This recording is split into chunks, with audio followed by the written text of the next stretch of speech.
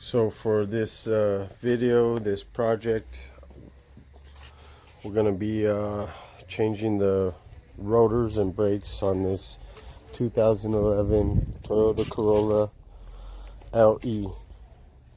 It's my daughter's car, and we're going to see how bad these brakes are. Alright, so what we got here is we put the car on jack stands. Boom. And you see it down there. They're on jack stands. I still got the jack up for safety. And you want to loosen all the lugs up and then take your wheel off. I'll come back when I'm done with that. Alrighty, so we got the tire off. See, put them right there, both sides. Scope it out. Oh. So what we want to do from this point on is we want to take this screw off right here, and then on the very bottom there's another one right here. Take that screw off, and then yeah, so we'll do that first and then I'll come back to you. Okay, so for this bolt right here we used the 9/16, this guy, or you could use a socket and you go right to loosen.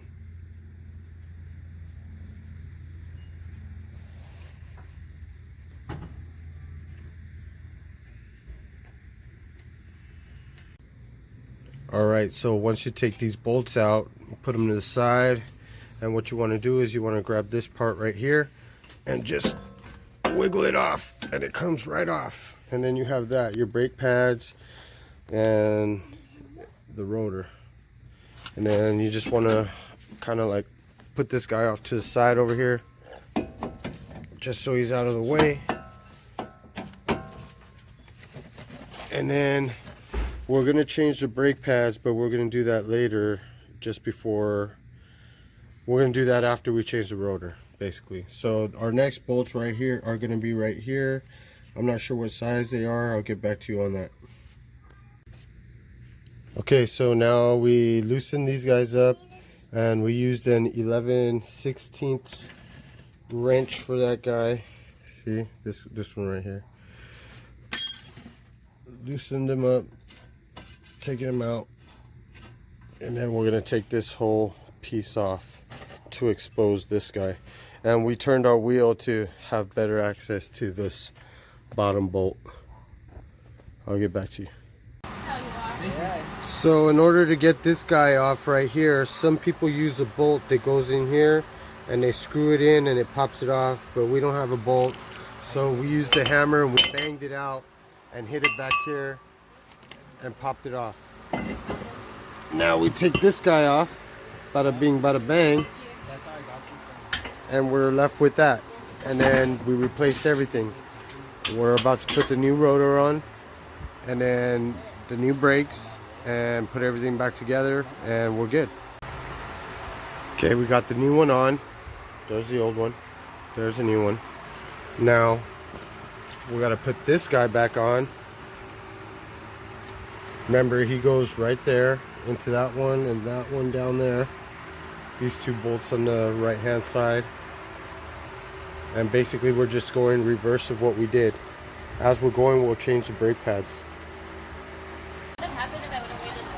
So now we got this piece turned back on. We tightened this bolt and this bolt down here, and we replaced the pads. So now we got new pads on there. Now we're going to put this guy back into place and tighten him up. So now we greased the brake pads and the calipers, or whatever these are called. They're greased. You pull them out and pop them back in, grease them up and pop them back in.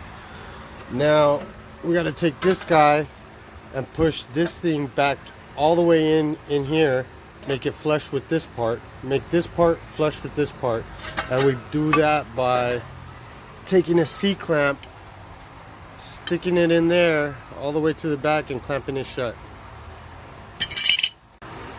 Okay, so with the C-clamp, we just closed it. We put the old brake pad in front of it. That way we could level it out as we closed it. And we got it closed, and now we'll put it all back together. Okay, so we got this part back on. Brakes on. Everything's nice and tight. New rotors on. About to put the tire back on. Finish the other side, and then we'll go for a test drive.